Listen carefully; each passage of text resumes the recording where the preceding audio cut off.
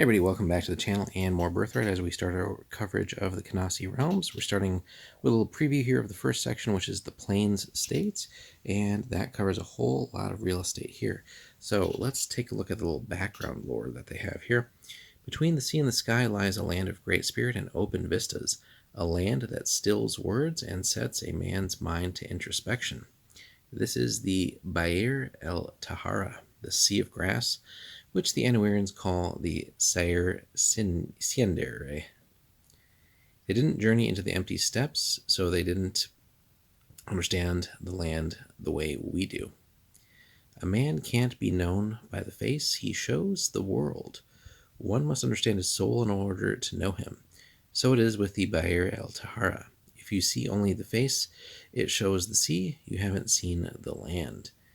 From Karia Bint Beitu, scholar of Aria. So let's jump in. The Great Western Steppes form the youngest region of Khinasi. For hundreds of miles through central Cyrelia, rolling grass-covered plains stretch as far as the eye can see, broken only by a few lonely hills. Unlike the cleared and settled farmland of the Anuarian heartlands, these plains exist just as they did in the early days of Cyrelia. No one claimed this land. The Massacians, living along the southern coasts, had no interest in territory far from the sea. In fact, the Bair el Tahara wasn't settled until several centuries after Deismar, when the Basarji states of the southeast region began to grow prosperous. Shielded from the cold waters, of the Krakenaricht in the north, by miles of forest and the mountains of the Silent Watch, the plains states see little rainfall.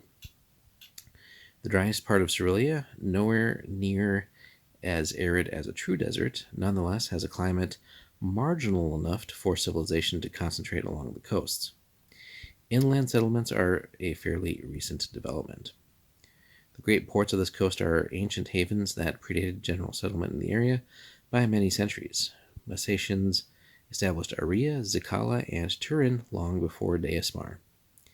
The Basarji explorers in the area before the Massacian arrival lived in a nomadic lifestyle and founded no permanent settlements.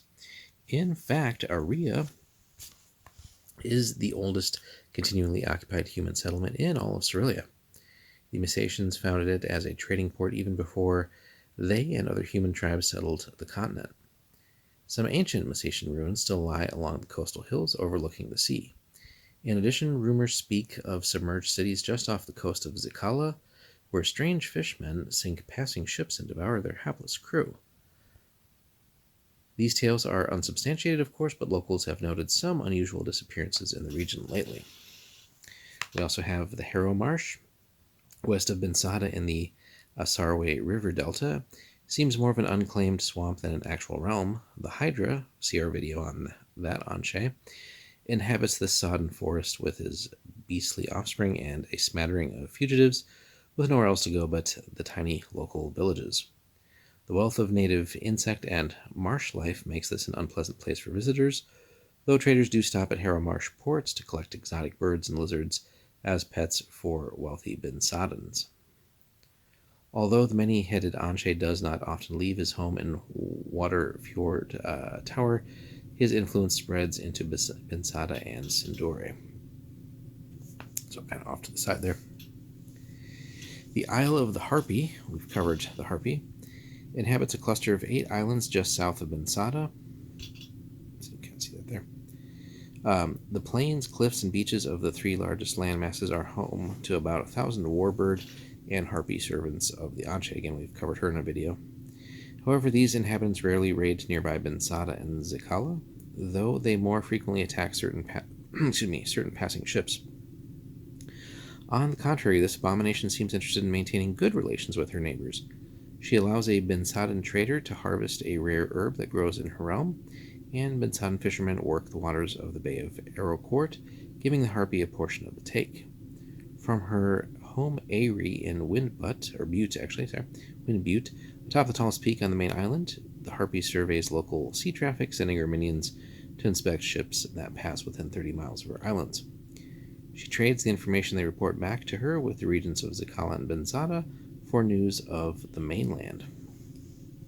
Then we move on, another Anshe, Rumbles from the Sphinx. A great threat to the states of Bensada, Sindura, and Zikala waits in the heart of the Bair el Tahara, where the Sphinx makes his lair in the ruins of a once great city. The Anshe's depredations have grown in savagery and frequency over the years, and many trade routes across the steppes have been abandoned. The creature's violent forays have made them untenable.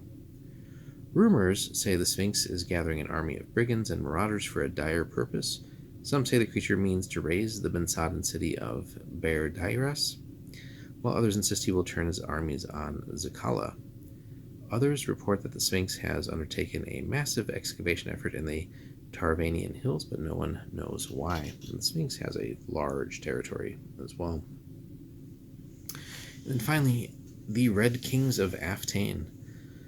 About 10 years ago, the Sultan of the state of Aftain was deposed by a circle of 7 powerful lords who seized the Lion Throne and today rule the land jointly. They are known as the Red Kings, for they wear crimson veils to hide their faces. These lords have fought bitterly for almost a decade to consolidate their control over Aftain and the other cities in the state, and they recently crushed the last elements of resistance. Now they're turning their attention to foreign affairs. Most Khinasi regents expect Aftain to launch an attack upon Araya within the next year, yet another war between the two ancient rivals. The identities of the Red Kings remains a closely held secret. Some say the lords hide their faces for fear of the deposed sultan's vengeance. Others, though, whisper that the Red Kings lead a secret cult and wear the veils as their badge of office. So we can kind of see that there. We got Araya, Aftain,